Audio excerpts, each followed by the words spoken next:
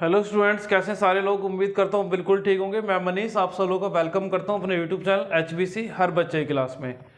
अभी हम लोग क्या कर रहे हैं, क्लास 11 माइक्रो इकोनॉमिक्स की जो यूनिट नंबर 3 है, प्रोड्यूसर बिहेवियर एंड सप्लाई, उसका चैप्टर 1 प्रोडक्शन फंक्शन कंटिन्यू कर रहे हैं। आज हमारे लिए टॉपिक है लॉ ऑफ वेरिएबल प्रपोर्शन। देखिए बहुत इंपॉर्टेंट टॉपिक है, 6 नंबर का रिपीटेड क्वेश्चन है, मार्क कर लेना, इंपॉर्टेंट है, डेफिनेटली एग्जाम में आएगा ही आएगा। तो इसको स्टार्ट करते हैं। जिस पैटर्न में बता रहा हूँ सिर्फ उस पैटर्न में करना है, आपके 6 नंबर पूरे कंफर्म हो जाएंगे। दिस लॉ, सबसे पहले डेफिनेशन आएगी। This law states that as we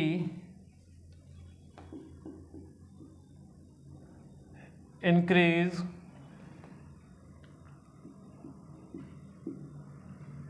variable inputs या फिर वेरिएबल फैक्टर्स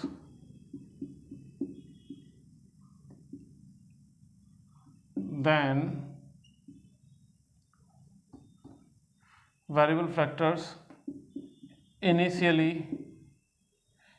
मतलब स्टार्टिंग में, इनिशियली टी बोले total production increases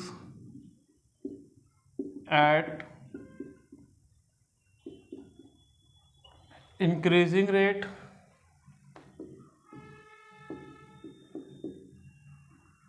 than at decreasing rate and finally at negative rate. देखिए भाई क्या कह रहे हैं इस पॉइंट के अंदर, जब कोई प्रोड्यूसर अपने काम के अंदर, अपने एम्प्लॉयमेंट में वेरिएबल इनपुट्स को इंक्रीज करता है, उसका पहले तो क्या होगा, जो उसका टोटल प्रोडक्शन है इंक्रीजिंग रेट से बढ़ेगा। सेकेंड टाइम में क्या होगा, प्रोडक्शन इंक्रीज होगा लेकिन डिक्रीजिंग रेट से, और लास्ट में आके क्या होगा, प्रोडक्शन क्या हो जाएगा, नेगेटिव रेट से, यानी प्रोडक्शन डिक्लाइन होना स्टार्ट हो जाएगा। तो 3 स्टेज आती है यहाँ पर। फिर इसके बाद हम लोग बात करेंगे इसकी एजम्पशंस की। ये तो डेफिनेशन हो गई। अब बात करेंगे एजम्पशंस की। तो number 1, it applies only in short run. हम लोगों ने देखा था जो प्रोडक्शन फंक्शन होता है 2 टाइप का था, शॉर्ट रन और लॉन्ग रन। तो जो LVP है वो सिर्फ शॉर्ट रन में काम करेगा। ये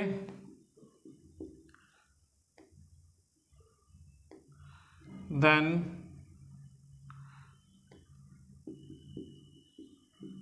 टेक्नोलॉजी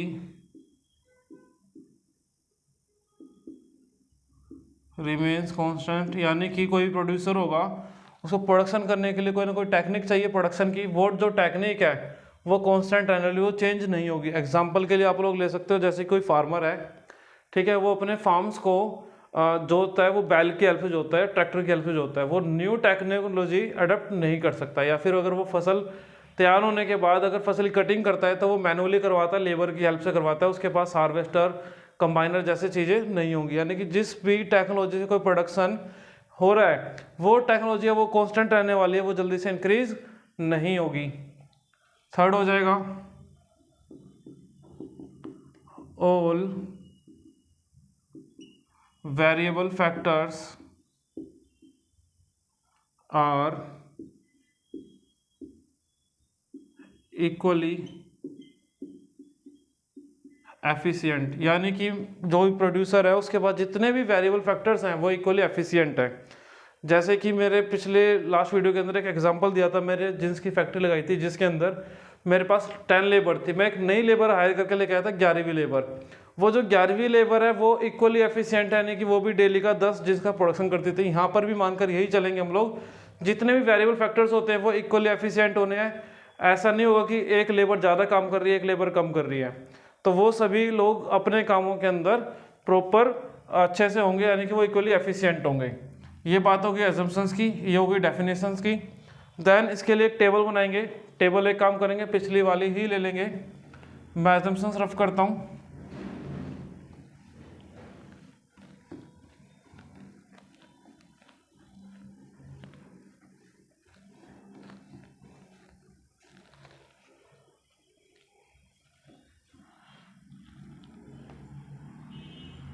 तो पहले तो अपना बना लेते हैं लैंड का कॉलम,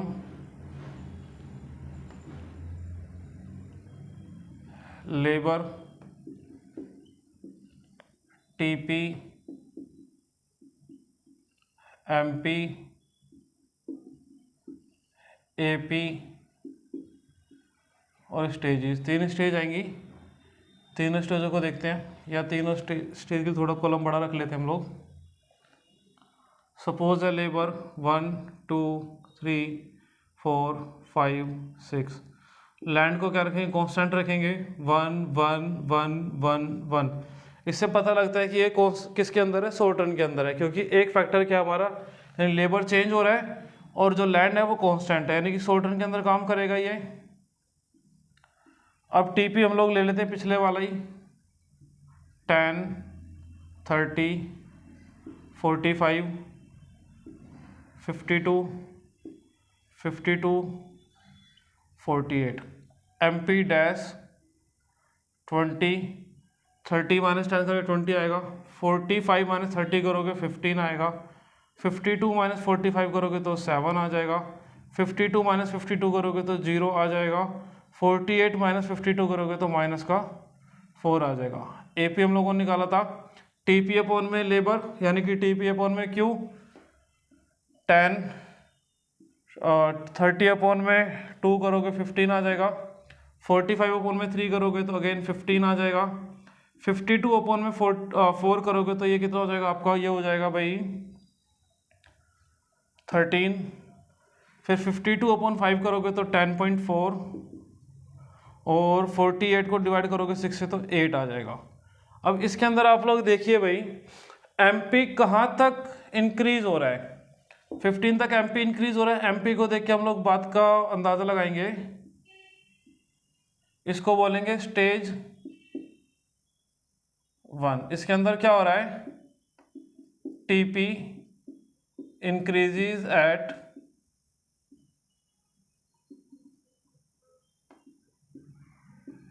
इंक्रीजिंग रेट। ये हो जाएगी हमारी stage number 2।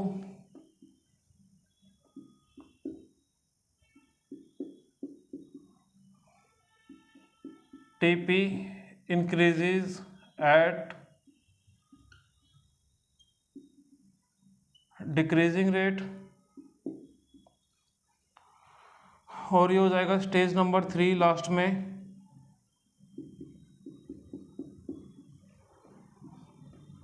TP starts to decline. अब इसका एक काम करते हैं, ग्राफ बना लेते हैं।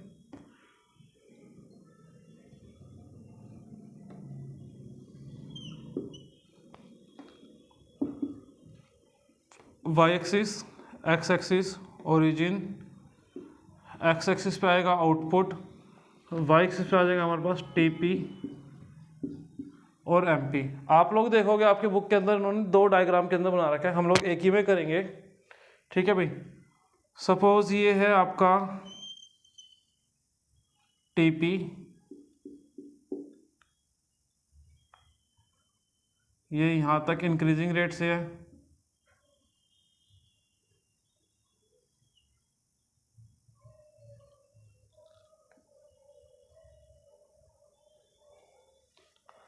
और ये रहेगा हमारे पास MP.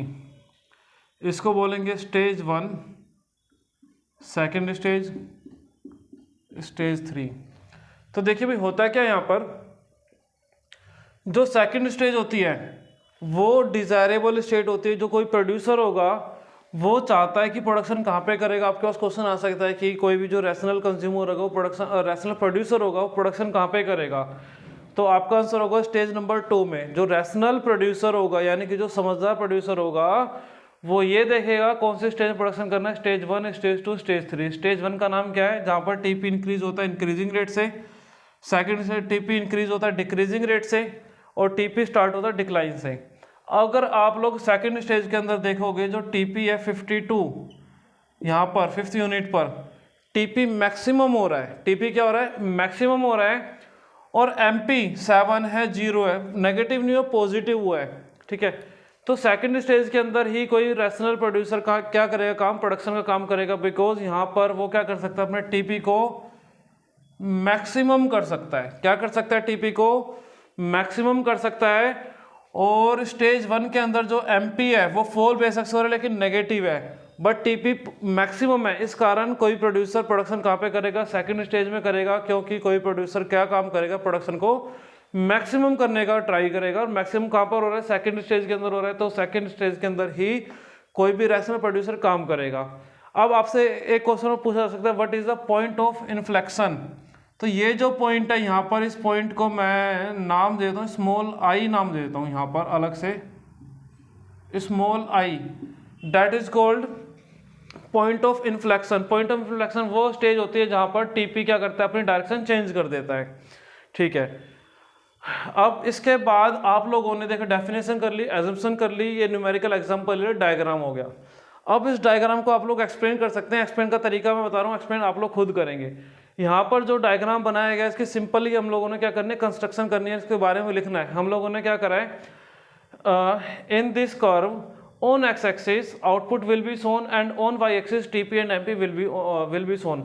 TP is the total production curve, MP is the marginal production curve. Stage 1 is the stage where the TP increases at increasing rate, MP also increases.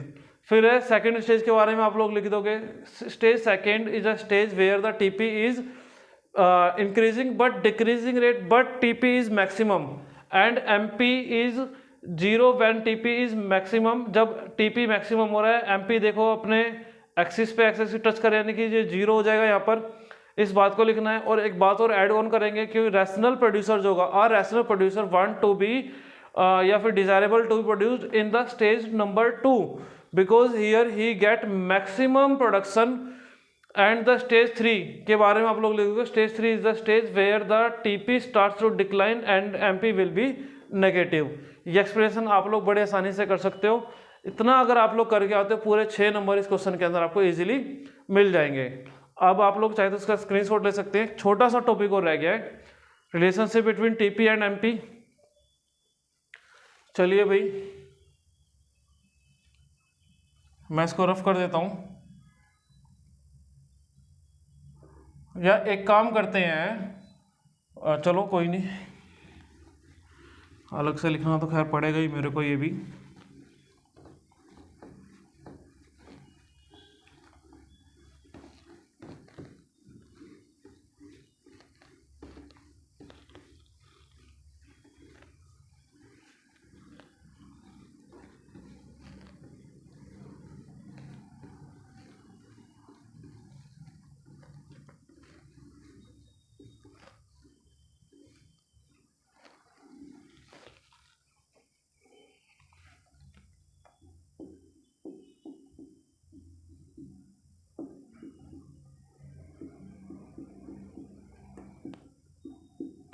Relationship between TP and MP. देखिए भाई, जो हम लोगों ने table बनाई थी वही बना लेते हैं पहले तो।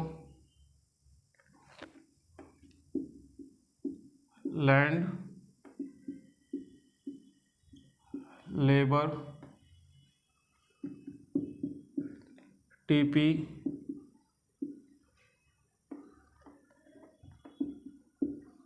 एमपी, 1 2 3 4 5 6 1 1 1 1 1 1। आपको मालूम होगा कि भाई लैंड को हम लोगों ने 1 1 इसलिए रखा है क्योंकि लैंड क्या है, कांस्टेंट फैक्टर है जिसको हम लोग चेंज नहीं कर सकते। टीपी हम लोगों ने बनाया था 10 30 45 52 52 48। एमपी डैश था 20, 15, 7, 0, -4। और अगर इसका ग्राफ बनाना चाहो तो आप लोग बना सकते हो ग्राफ।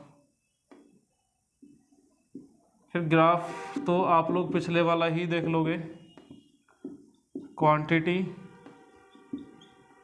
TP MP. ठीक है भाई, एक काम करो, इसको थोड़ा सा इस तरफ लिख लो, क्योंकि नेक्स्ट में मेरे को नीड होगी एक और कॉलम की। ठीक है, और हम लोगों ने कर्व ये बनाया था कैसे, TP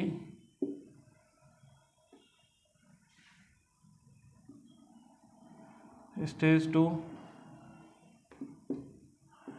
MP, stage 1, stage 2, stage 3।